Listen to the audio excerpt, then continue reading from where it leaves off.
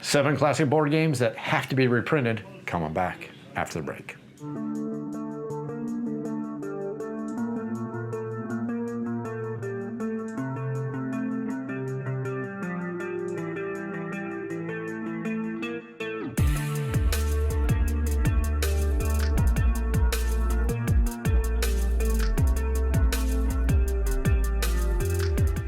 Hey everybody, welcome to the show, Board Game Reviews. This is a YouTube channel dedicated to the tabletop gaming hobby, and in this video I'm going to cover 7 great, fantastic games that really deserve the reprint and to be on your hobby gaming shelf. Now, this isn't going to be a video where I'm going to talk about my 7 favorite games. I'm going to tell you why these 7 great games are great and why they should be reprinted. Now, we've been very lucky with our hobby lately with great companies such as Restoration Games doing their best to bring back some great classic games, but I'm going to cover some games that really deserve to be reprinted, and I'm going to explain why. I'm hoping I'm going to do such a great job explaining these why these games should be reprinted. At the end of this video, you're going to go, wow, these games should be reprinted. I'm going to send off an email or something cool like that. Now, one of the biggest negatives of our hobby is the fact that we have pretty much a hobby that has stuff. And this isn't a hobby that you can enjoy without the stuff. The big thing that we compete with, you go ahead and look at the video game hobby. If I get a wild hair one day and go, wow, I haven't played Ultima 4 in, I don't know, like 35 years, I can go buy it, play it, and realize that it probably did not hold up all these great years. Or actually, it probably might. It was a really good game for its time. Or if I want to, I can go play a classic 1980s RPG like Gamble World. If I want, heck, go play 2nd edition of Gamble World.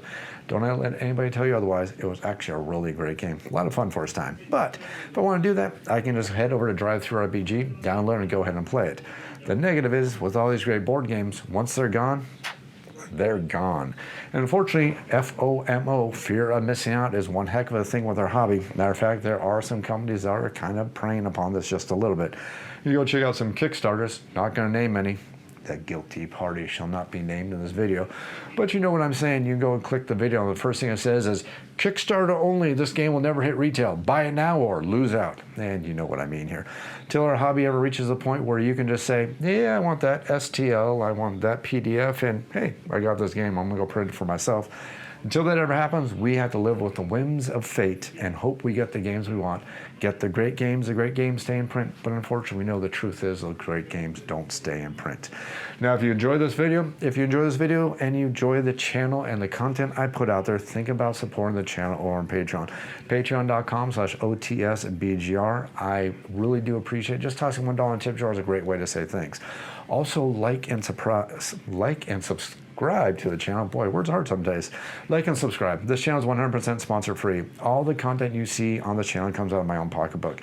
I rely on the generosity of all of you out there liking, subscribing, and sharing the channel. And yeah, tossing $1 tip jar is a great way to help do that also. But if you don't want to do that, liking and subscribing is a great way to get that YouTube analytics on my side and help show others the content to help me cover my costs and keep the channel content growing out strong. Of course, don't forget, you can always leave comments, the YouTube comments down below. I do my best to answer those questions.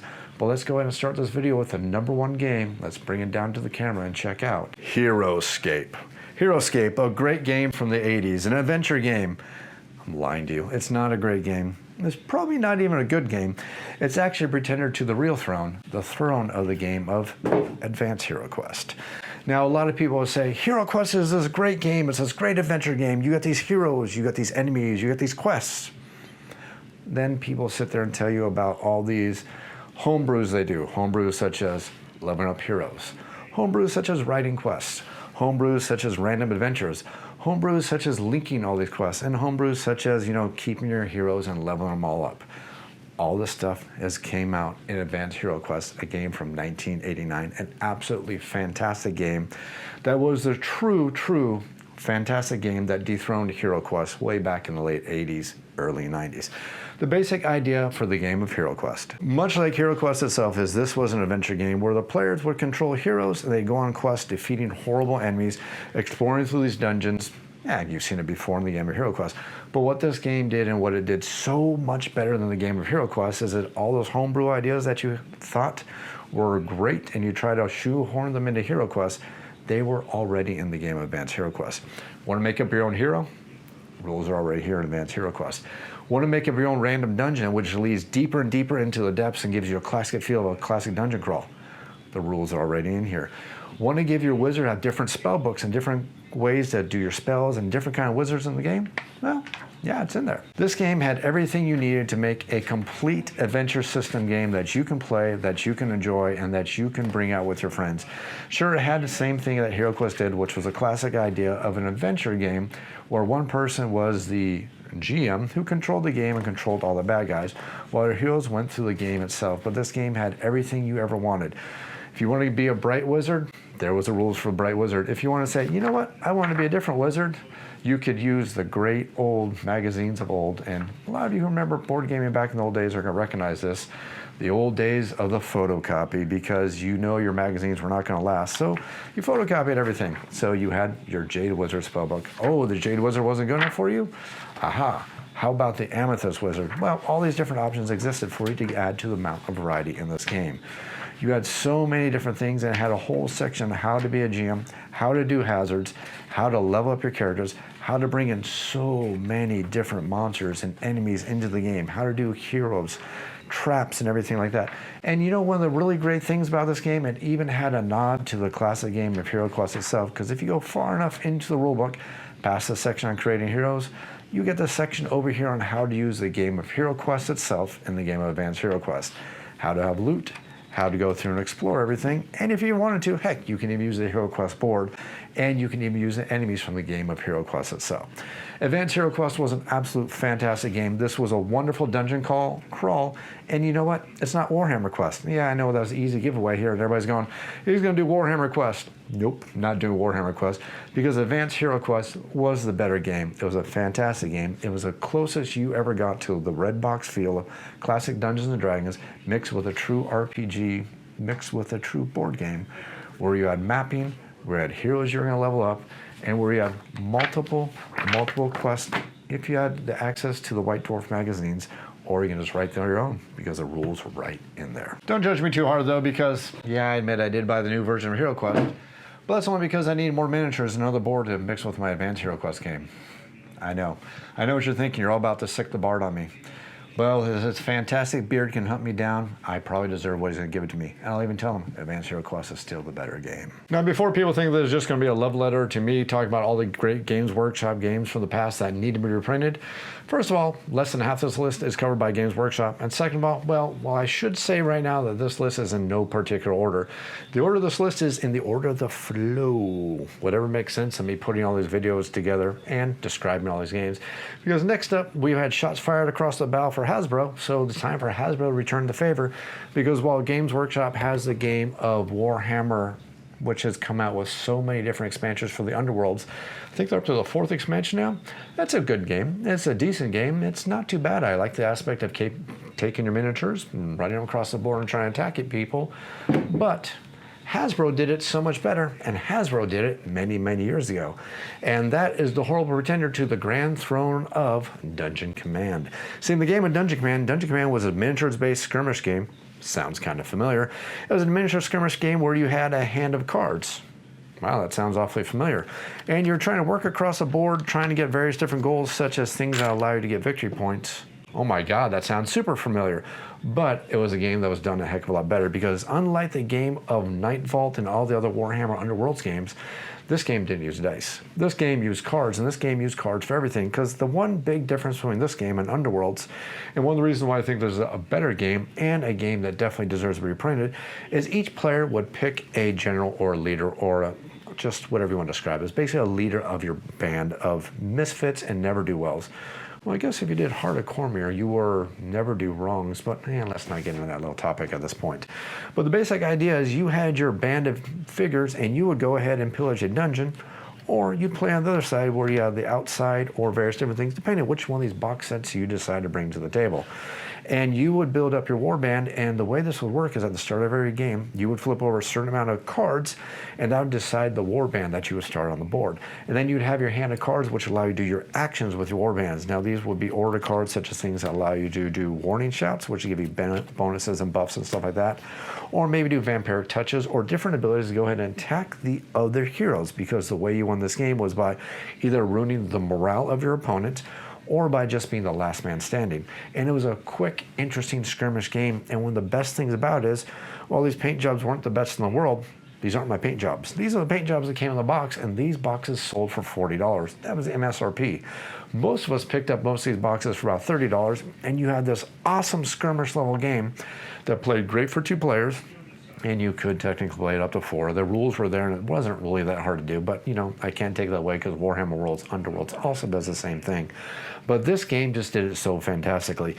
The deck building, plus the way that your armies came out and the way that you mix things up, was just such a phenomenal, wonderful design for when this game came out.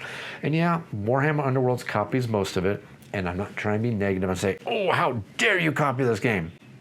Or maybe I am, who knows? Because I thought that this was a much, much better game. It was an awesome game with the amazing card play where you can build up your deck of cards, and then you'd go ahead and fight another player across the table. And everybody would bring their own armies to the table, and you had all these boxes and mix and match things.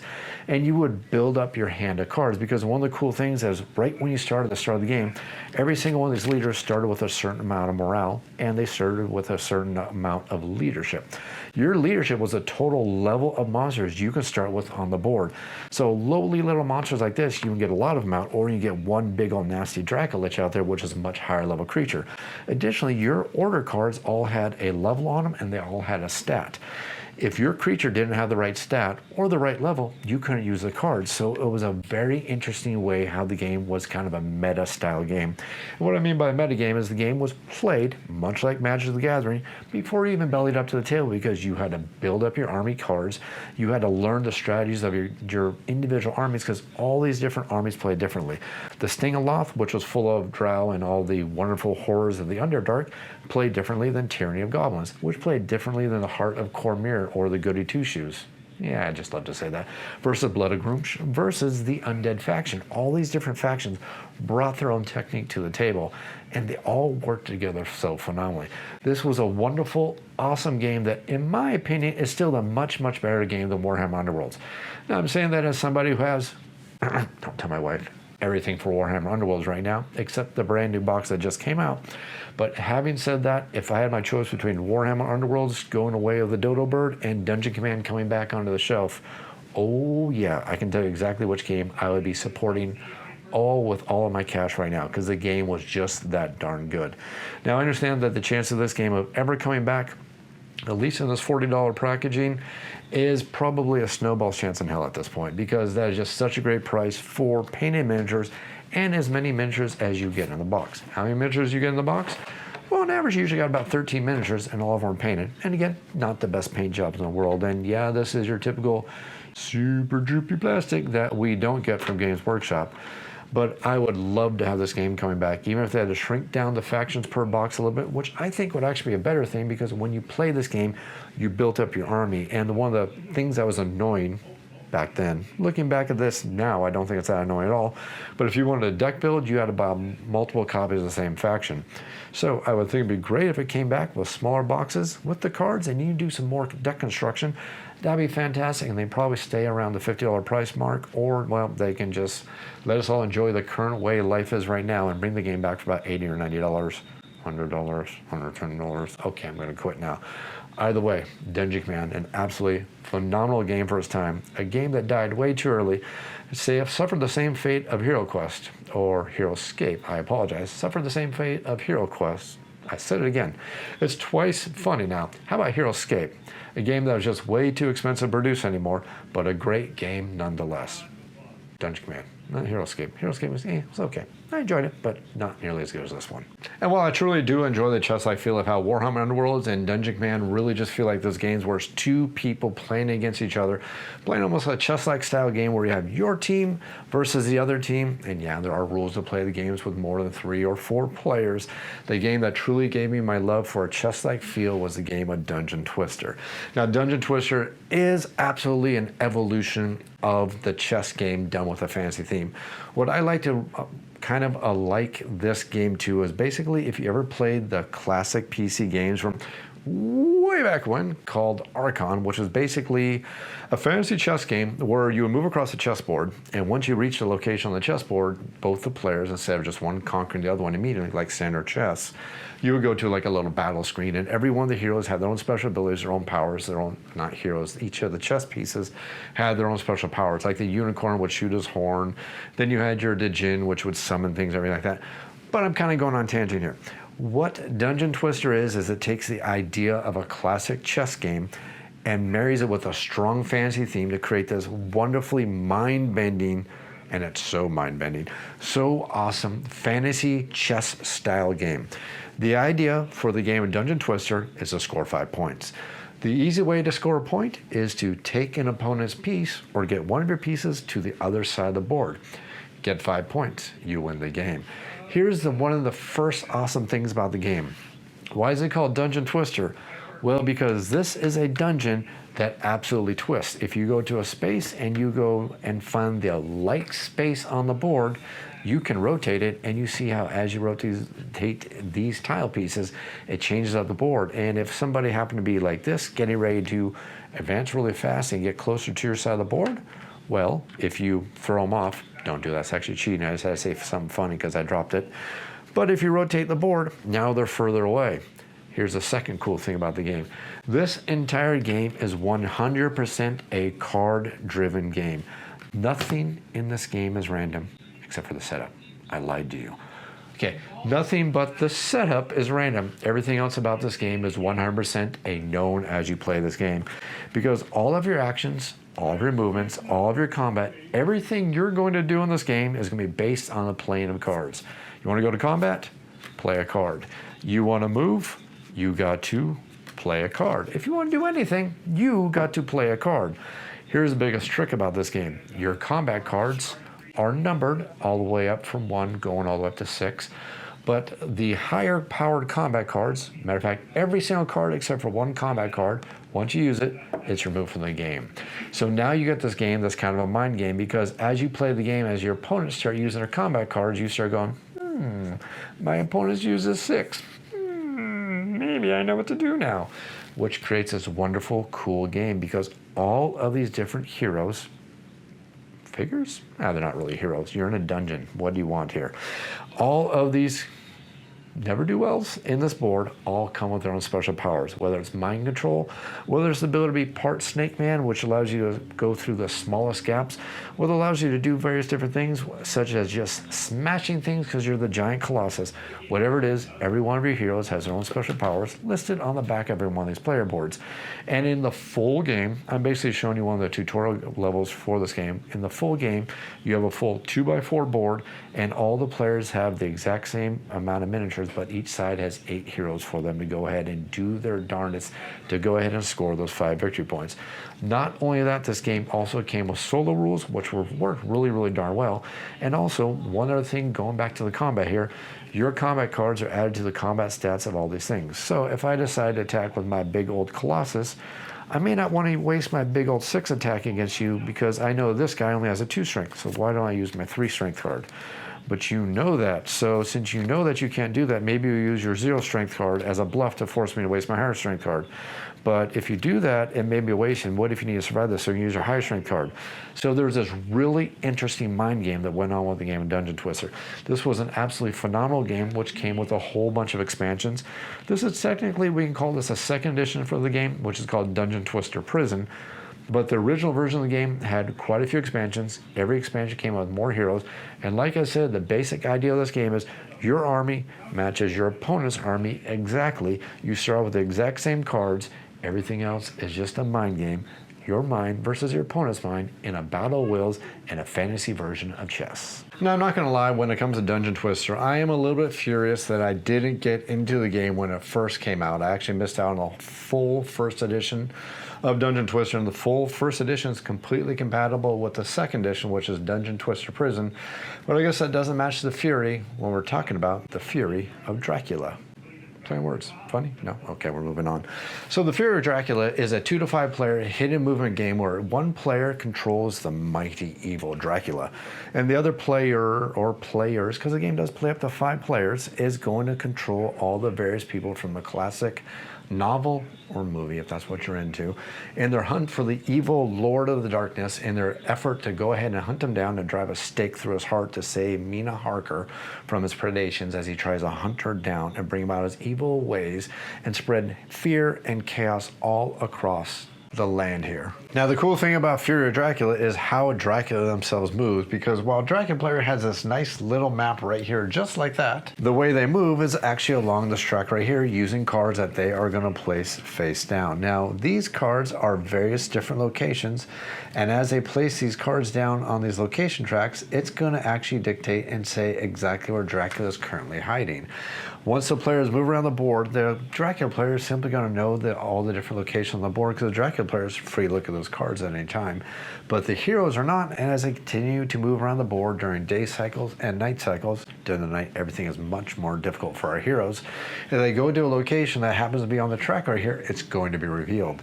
Sometimes it might be Dracula himself, sometimes it might be a trap, sometimes it may be just be a red herring, because the basic idea of the game is this is the grandest game of cat and mouse, and Dracula himself can be the cat or he can be the mouse. It depends on how he feels and how the pace of the game is going, because this game is basically a time game. The game is going to be played out over weeks. As the weeks go on, the dread of Dracula is going to continue to spread until the point where we get to the third week of the game, and it's almost impossible for the heroes to defeat him at that point, because the amount of dread he creates every single round is just multiplying on himself. So our heroes know they're working against the clock. They must work as quickly as they can, together as best they can, to track down Dracula's current location, find him, and defeat him in battle, while he has the options to hide or track his prey and also defeat them and put his marks on them, because the more he gets his marks on them, the more he knows what they're doing. They must play with their cards face up, whether it's daytime or nighttime, and that's the other cool thing about this game. The game has a day and a night cycle. During the day, things are easy for our heroes. Our heroes know the cards are drawing from the top of the deck, whether it be a good card or a bad card or not. During the nighttime, they must draw from the bottom of the deck, and if it happens to be a card for Dracula, it goes directly in Dracula's hand, and you get to smile and play it anytime you want. This is absolutely, hands down, the best opponent team-based hidden movement game that you will ever get. This game has been in its 4 editions now. This game has been out since the I think since the mid-'80s, and there's a reason why this game has been out for so darn long, even though it's out of print, unfortunately, and that's because, well, Games Workshop and FFG, oil and water, but let's not get into that topic. This game is absolutely fantastic. It really needs to be reprinted. It's one of the best hidden movement games that I've ever played. Even if Dracula himself was an honorless little cur who would hop out of the shadows and attack our heroes and play this wonderful game of cat and mouse. Even though he lacked honor, there was still a good War for Honor, because War for Honor is the next game we're going to talk about. Back in the early 90s, there was a collectible card game you may have heard maybe a few times about called Magic the Gathering. It's a very popular game that still runs to this day. Well, it was not the only game of its time. There was another great, awesome collectible card game that, in my humble opinion, I thought was the much better game. And that was a game that involved players picking a clan. You would pick your clan and you go through all these battles versus other clans, and if you played in tournaments, the results of all these clans would be kept up, tallied, and that would affect the way the next expansion would come out. Because the game I'm talking about here is Legend of the Five Rings, a collectible card game that was absolutely fantastic. Now, the problem with Legend of the Five Rings is that it was competing in a market that we knew could not sustain itself. In the early 90s, there were so many of the collectible card games. You had one based on Lord of the Rings, you had one based on Star Wars, you had one based on Star Trek, you had one based on Dungeons and Dragons, you had Legend of the Five Rings, you had Magic the Gathering, you had Wyvern. Trust me, I played a lot of these games. I was sucked into them really badly, unfortunately, and I still probably have a lot of these card games laying around somewhere. But what AEG did, the company that owns Legend of the Five Rings, was probably what I thought was the smartest thing at the time. Unfortunately, they dropped the ball. That was to turn Legend of the Five Rings into War of Honor, which was basically their attempt to make a living card game. Before, living card games were the cool thing owned by Fantasy Flight Games. Because what War of Honor did is it took the collectible card game aspect, kind of tossed it out the window, but made it a little bit of an option, and made the standalone game that comes with all these factions, that plays against itself and allows you to play the great game of Legend of the Five Rings without the deck building. Although there were a couple little bits of rules in there that tells you how you do some deck building, but it was very easy to reset everything all the way back into the beginning, so you make sure that all these clan decks were played perfectly evenly against each other every time you want to play the game. But what was War of Honor? War of Honor was a card game, a standalone card game based and pretty much almost exactly like Legend of the Five Rings, where each single player is going to pick their faction. There were multiple different factions, about a dozen of them, working on various different ways of very honorable, the crane, all the way down to the most dishonorable, the scorpion and the spider. And this is a magical Asian fantasy theme where magic exists, dragons exist, and all these different things such as Oni and the Shadowlands and all these wonderful things. But the basic idea of the game is this was a game where you had 2 decks of cards. One deck of cards was your heroes. Your second deck of cards was the armies, the weapons, and the equipment that they would go, and you would equip these onto your armies. But your army came from these 4 provinces, because this was an interesting thing about this game. There were many different ways to win the game, and every one of these factions was really good at one of those great ways of winning.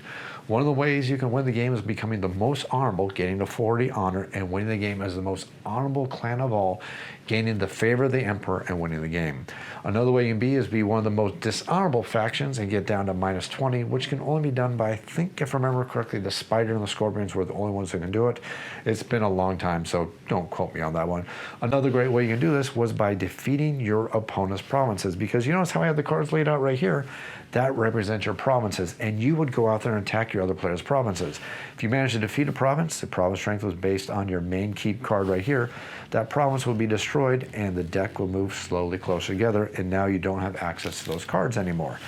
As you slowly keep getting defeated, your provinces will move over more and more, and if somebody lost their final province, they would lose the game, and whoever has the most honor at that time will be the grand winner of the game. Next up, you can also win the game by being the first to get all 5 rings of the elements into play. Didn't matter where your honor stood, it didn't matter where your provinces stood, it didn't matter anything at all. Get all 5 of the rings into play, and you are the grand winner of the game. Now, the cool thing about this game is every one of these clans were really, really good. Not unbalanced good, don't misunderstand what I'm saying, but they had a tendency to be a little bit better at doing these things. For example, I already mentioned the spider and the scorpions. Dishonorable curs were great at leading the dishonor charge into the -20 to go ahead and win the game. The cranes were great at honor, being very good at controlling the honor and the favor of the emperor and making sure they can keep control of the favor of the emperor with all these wonderful bonuses to go ahead and win with the most honor. The crab clan and the lion clan were both known for their prowess in battle, great for attacking other provinces. The unicorn clan was great for his ability to control cavalry and the ability to move all across and go across and attack players, and even kind of do feints and move across the provinces they're attacking. All these factions played so fantastically together, told a wonderful story, and AEG, in my opinion, did the greatest thing in their basic way of taking Legend of the Five Rings and put it into War of Honor, making the great collectible card game into its own standalone game. And to me, it would have been great if they would have stood with this path, because I thought this was a wonderful direction for Legend of the Five Rings to go. Getting rid of the collectible aspect of the game and making a game where everybody is going towards trying to get one of the victory paths. If you get to the end of the victory path, you guessed it, you win the game. And as you move along these victory paths, you're going to gain all these bonuses. And again, like I said, every faction was a little bit better than the other factions at gaining along these victory paths. And with a dozen different factions, all of them playing slightly differently, and the ability to slightly modify your deck before you start every single game, this was a game that had a phenomenal amount of replay, a phenomenal amount of variety, wonderful, wonderful character. And I'm not saying that just because of the characters that come with the game. This game told a wonderful story over 25 plus years, creating this wonderful, fantastic game. It's a game that so dearly deserves to be brought into play. Should be reprinted, not like Legend of the Five Rings.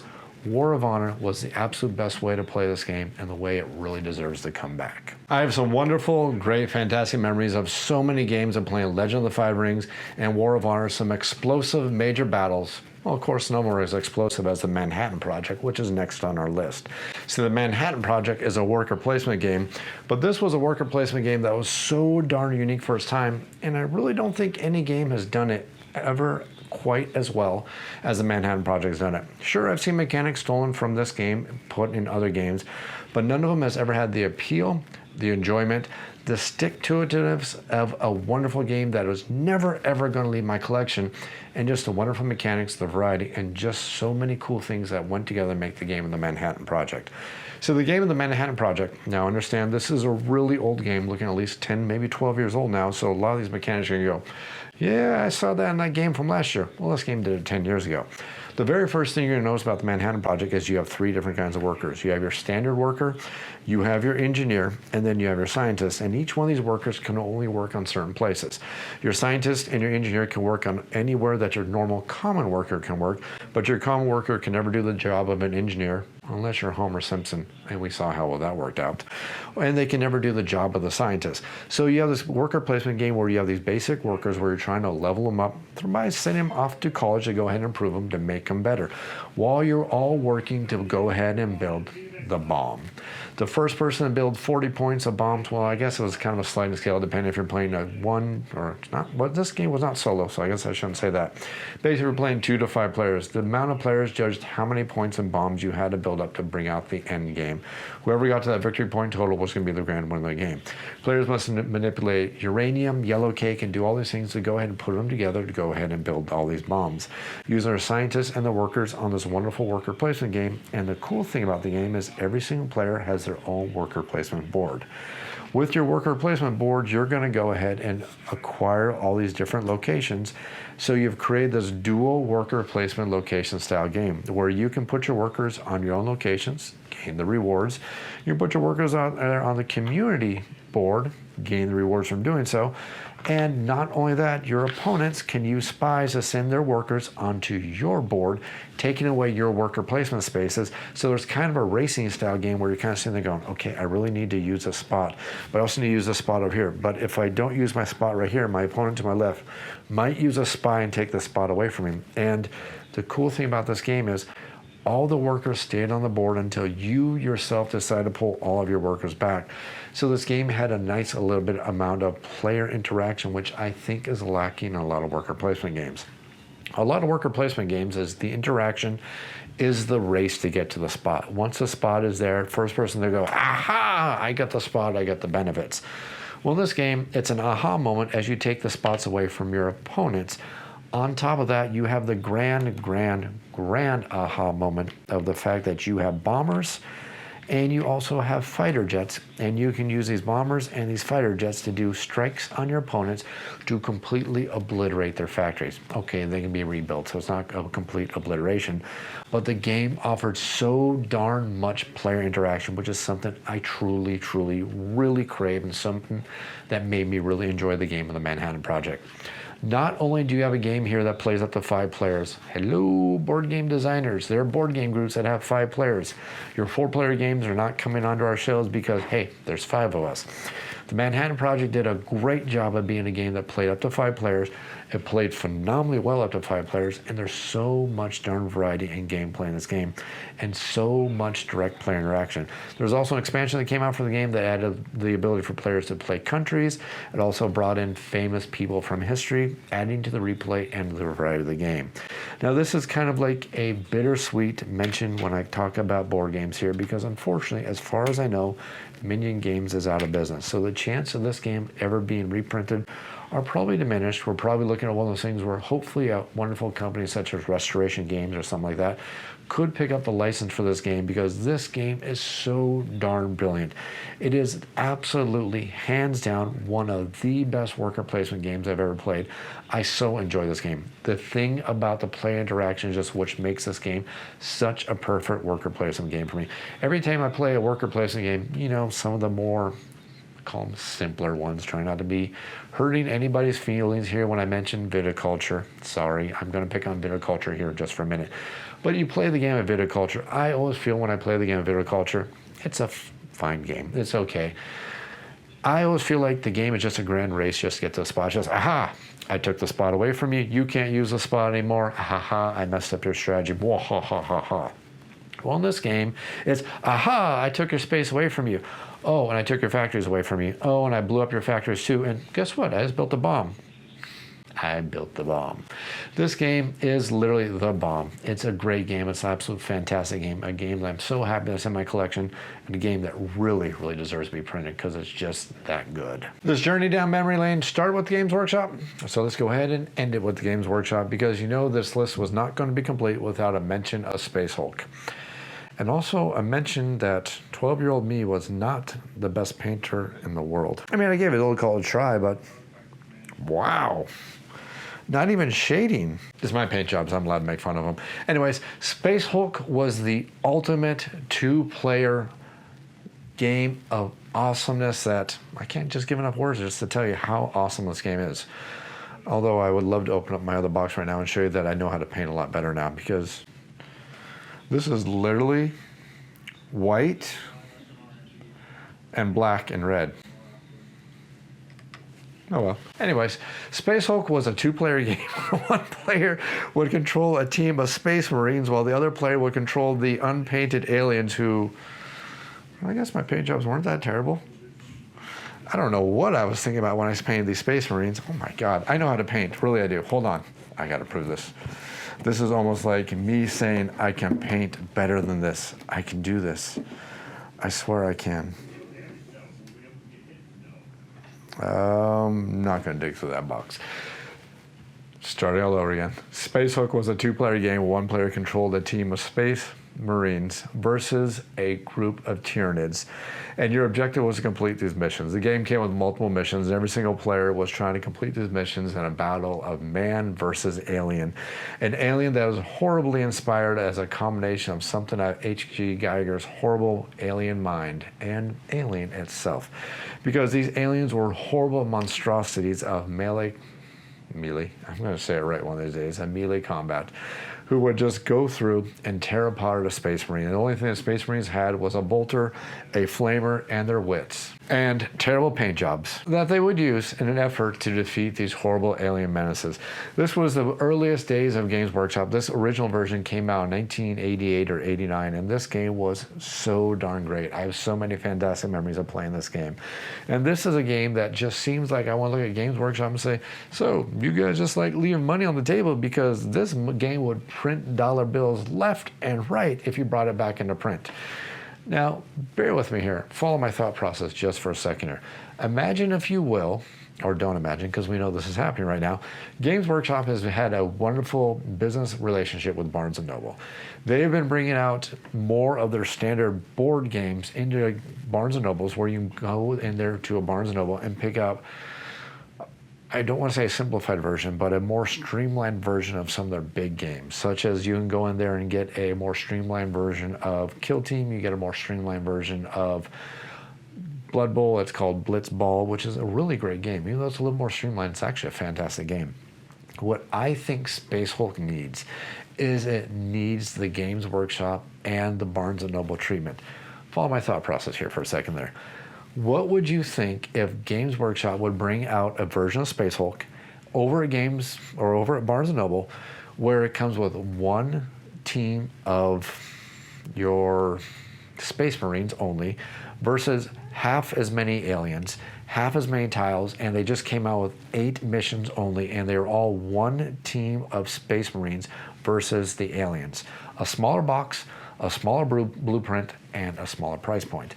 Then they bring out a second box, which includes a second army of Space Marines, or a second squad, I shouldn't say army, another mission book that has another 10 missions, which all involve 2 Space Marine squads, and also maybe some more aliens, make up some difference, and more tile sections.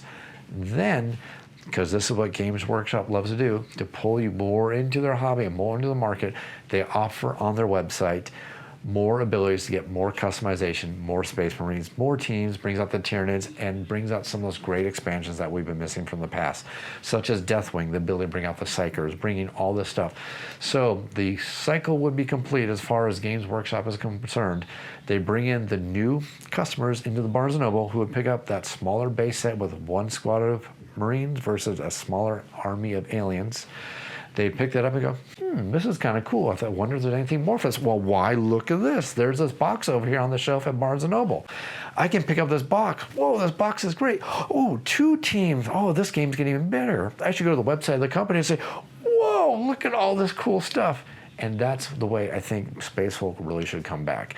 It would be a wonderful way to bring out this wonderful, great game, because we all realize that this edition of Space Hulk that you're looking at right here, right now, this game would be way, way too expensive for a Barnes & Noble, and it's a box game. And I get what Games Workshop is trying to do. They don't want to bring out standalone box games just because the price is getting so high.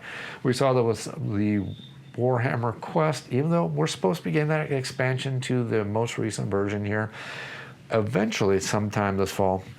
But I seriously think that would be the awesome way to bring back Space Hulk. Bring into the Barnes & Noble a smaller box, smaller squads, smaller aliens, put an expansion out there which allows you to double the content, double the squads, double the missions, and then drag them all over to the Games Workshop website where we're going to get the ability to buy the Psychers, the other teams, the other rules, the other boxes, and everything else, and enjoy this great game of Space Hulk. Nostalgia. You know, I had to bring out the earlier edition. I know this, it looks pretty darn dated, but this game was great. Way even back in the late 80s. Just such a really awesome game. Give me some nice, happy memories. And a Flammer, who actually doesn't look like that bad of a paint job. It actually looks a little bit better than the other ones. I mean, not much better, but a little bit better anyways. Hope you enjoyed this video. I hope you enjoy the content I put out there. If you have any comments or questions, make sure you leave them down in the YouTube comments down below. I'll make sure I get to them as quickly as I can.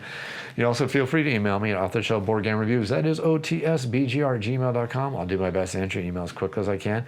If you enjoy the content and you enjoy the videos I put out there, think about supporting the channel over on Patreon. Just $1 in the tip jar is a great way to say thanks and a great way to help me keep content coming out there.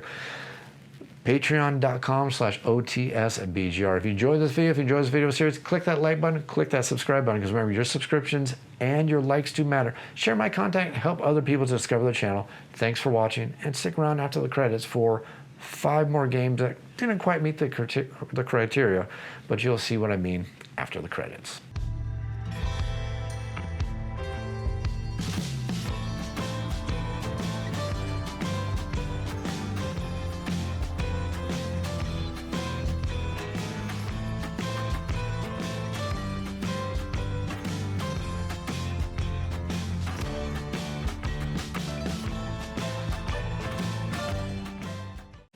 Five honorable mentions. Let's go and write them off really, really quickly. Carson City, a great worker placement game with a Wild West theme. Plays all the way up to 6 players, and if you get the game version with the deluxe edition, the game looks absolutely awesome with some wooden components. But the basic idea is the game is going to be played in the Wild West. Players are going to be trying to settle the land of the Wild West while they are trying to make sure they don't get shot. Because the cool thing about this worker placement game is you can have a duel at high noon over certain different locations across the board, which is one of the really cool mechanics I really appreciate with Carson City. The only reason why Carson City wasn't on this list is because the Manhattan Project just ekes out just ever so slightly, because I like a few things Manhattan Project does that adds on one extra level of player interaction. But Carson City is an absolute fantastic game that definitely deserves to be back in print. Next up, Evil High Priest is a worker placement game that plays all the way up to 5 players. And the cool thing about this game, the thing that is really so darn awesome about this game, is the game is not as much about the unique mechanics of worker placement as much as it's more about the mechanics of worker placement boards. Because the cool thing about this game is it comes with multiple different boards. Every one of the boards represents the different factions. And every time you play the game, you're going to pick one of the boards to play on the game. And every one of these faction boards plays so darn differently, and they match the theme of the Cthulhu mythos. Well, as they should as a Cthulhu mythos style game. But the thing that I appreciate so much about Evil High Priest is that the game is one of those games where you must protect your resources, because not only your resources are your victory points, but your victory points, your resources must be placed on your inner sanctum. And you must protect your inner sanctum, because at various stages throughout the game, controlled by the players, not randomly, but controlled by the players, there's going to be raids on every single player's inner sanctum. And if you cannot protect your inner sanctum, you can't protect your resources. The raids are going to slowly go through your inner sanctum and go ahead and destroy all your resources, which again are your victory points. Now, this game didn't make it on the list because technically the game is not really out of print. Peterson Games, I believe, is really wanting to bring out a reprint of this game, but unfortunately, well, Peterson Games has some issues that they're working on right now.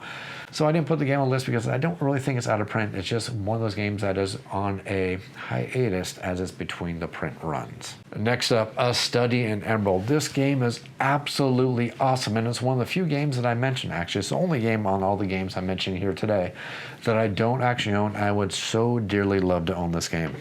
A Study in Emerald takes Sherlock Holmes and mixes it with kind of an H.P. Lovecraft theme to create this game where the players are going to be playing on teams.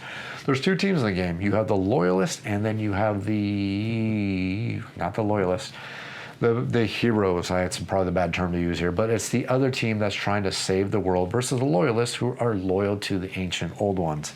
Here's the trick.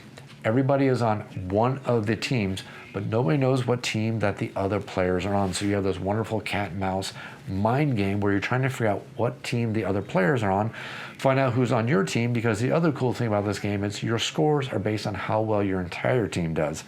So you must, as quickly as possible, figure out who's on your team, while as quickly as possible stopping the other team from advancing their goals. Because you must help your team. Failure to do so means that your entire team is going to lose. It's this wonderful mind game, a great, wonderful design game that did have a second edition, which I never played, so I have no experience with, but the first edition is one that I've always really wanted. Such a fantastic looking game. Almost made it to the list. The only reason why I didn't is because I didn't own it, and every time I do these top 7 videos, I like to show games that I own so you can see the gameplay, understand why I like it so much, because the visuals are much more better than just listening to me ramble on, because seeing the visuals explains why these games are so darn good. Next up, number 4 is going to be Heroes of Land, Air, and Sea. This is basically the only game I've ever seen come as close as any other game to giving you the feeling of Warcraft the game. Not World of Warcraft, the MMO. This is Warcraft, the classic game from Activision that I think Warcraft 1 is probably dated from the 80s, if I'm not mistaken. It was a great game. The basic idea is that you're going to control one of the factions, and you're going to spread out through exploration, exploitation, and, well, basically it's going to cover the 4 X's. Heroes of Land, Air, and Sea takes the idea of that kind of game where every single player is going to pick a faction. Every faction is one of the different races. You have your heroes, you have your workers. They're going to go out there and exploit the land, give you your resources, and you're going to go out there and try to win the game through one of the 4 X's. The game has some great gameplay, great mechanics. It plays all the way up to, I think, up to 7 players. There's 8 or 9 different factions of the game. There's neutral factions that come with the game. There's so many great rules that make the game such an awesome game. Now, I don't think it's ever going to be reprinted, at least not anytime soon, because the company that made it is the same company that loves the Tiny Epic games. They're pretty much hung up on the Tiny Epic games. I think that's all they're going to make for pretty much from here to eternity, so I don't think this great game is ever going to come into print. But if it ever does, it's an absolutely fantastic game. I can highly, highly recommend. I just have one house rule every time we play the game. For the Explore Victory condition, we make everybody have to also explore all the water locations, not just the land. It adds in one little extra level to the game that improved it for us by making and forcing players to actually use their water-based units, which in the base game, there's not as many reasons to use the water-based units. So for us, that homebrew rule just made the game even so much better. And rounding out this list is going to be the game of Tobago. Hasbro Incorporated. Sorry, bad joke. Tobago is one of my all-time favorite games. This game is an abstract game where players are going to be playing on a map on a secret island, or not on a secret island, but on an island where they're looking for secret treasures. Here's the interesting, cool mechanic of the game. The players are going to play cards which are going to dictate where the secret treasure is, and slowly going to reduce the possible locations on the entire island where the treasure can be. Once you've narrowed down to the only possible location where the treasure could possibly be, you want to be the first person to be at that spot, dig up the treasure, and then we're going to have a really cool mind game that's going to occur that I'm not going to get into because it's not a review of that game. But this cool little mind game that goes on involving treasure cards and possible false treasure cards and curses and really awesome mechanics. It's such a great game of how the game evolves, how various things happen, and the components for the game are absolutely phenomenal for what the game is. The reason why this game didn't make it to the list is technically it's not out of print. It's out of print in the United States because people in the US apparently have terrible taste in games. I said it, sorry. Can I take it back? Yeah, I don't want to take it back. Because Tobago is such a phenomenal game that you can get anywhere in Europe, You just can't really get it here in the United States. You can import it, and I highly recommend you do because it's such a brilliantly awesome game. Only negative I ever had against the game is that it caps out at 4 players, which means I can't get it to the table as much as I want to, even though I have the expansion for it, which is also really good. Would just love it if it was a 5-player game, because then it would just be my perfect top 10 game. Such a great game. That's Tobago. Hope you enjoyed the video. Hope you enjoyed this wonderful look back at some classic games that definitely deserve the reprints. Thanks for watching.